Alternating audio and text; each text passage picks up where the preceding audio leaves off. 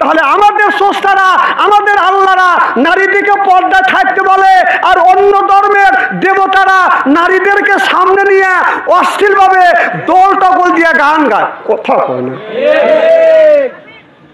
কিছু বললেন ভাই? তাহলে যে দেবতা গান বাজনা দোল কবল মেয়েদের নাচ গান শোনে সেই দেবতাই ভালো, না যে আল্লাহ নারীদের পর্দায় রাখতে বলে সেই আল্লাহ ভালো? না, কথা ভালো জোর হলো না, জোর এখন কে ভালো? আমাদের দেখেন আল্লাহ লিখতে পারেন 5টা অক্ষর লাগে, জোর কোন কয়টা? 4টা অক্ষর লাগে।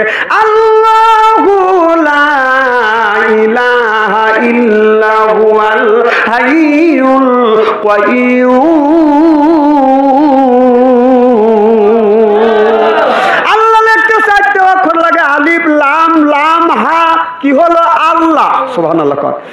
আল্লাহ লিখতে প্রথম অক্ষর আল্লাহ, আল্লাহ থেকে আলিফ যদি বাদ দেন তাকে লিল্লাহি মা ফিস সামাওয়াতি ওয়াল আরদ, আল্লাহু আকবার।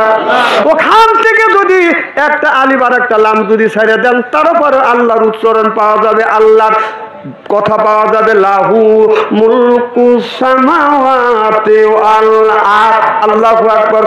আরেকটা লাম ছাড়লেন, আলিফ ছাড়লেন, দুইটা লাম ছাড়লেন, আর থাকে শুধু হু। হু থেকে উচ্চারণ হয় হুয়াল হাইয়ুল কাইয়্যুম। তাহলে আল্লাহ লিখতে 4টা অক্ষর দিয়ে আল্লাহ পাওয়া যায়। আল্লাহ এক অক্ষর ছেড়ে দিলে আর এক অক্ষর দিয়ে আল্লাহ পাওয়া যায়, আর এক অক্ষর ছেড়ে দিয়ে তাও দিয়ে আল্লাহ লেখা যায়। সুবহানাল্লাহ কোন। আর ভগবান লিখতে পারেন 4টা অক্ষর লাগে, ভগবান লিখতে লাগে ভ গ ভ দন্তেন, এই দিয়ে হয় বগ। কথা কয় না রে, এই দিয়ে কি হয়? আরো জোরে। তাহলে 4টা অক্ষর দিয়ে ভগবান হয়। ভগবানের প্রথম অক্ষর গ যদি বাদ দেওয়া যায় তাহলে কি হয়? গবান। গবানের অর্থ বিশ্বের কোনো ডিকশনারিতে নাই। গবান থেকে গ যদি বাদ দেওয়া যায়, 2টা অক্ষর দিয়ে বানান করেন তাহলে হয় বাদান বান।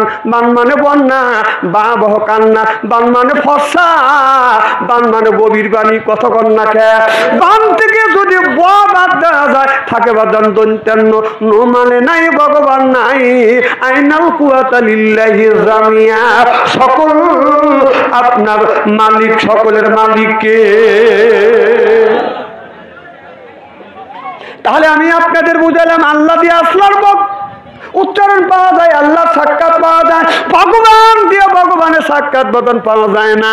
আমার নবী যখন এক আল্লাহর দাওয়াত দিতে লাগলেন, এবার